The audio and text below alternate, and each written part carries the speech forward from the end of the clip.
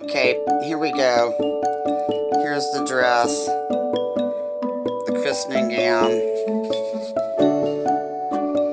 and this is what I started out with. There were holes all through the front here. Okay, and here's the back. Now I have to keep in mind it's all taped together here, basically, so you can see.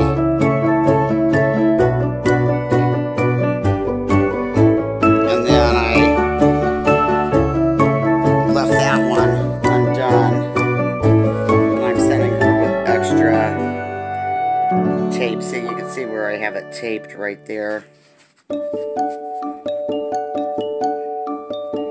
But this is how it turned out. I put little bows there like that.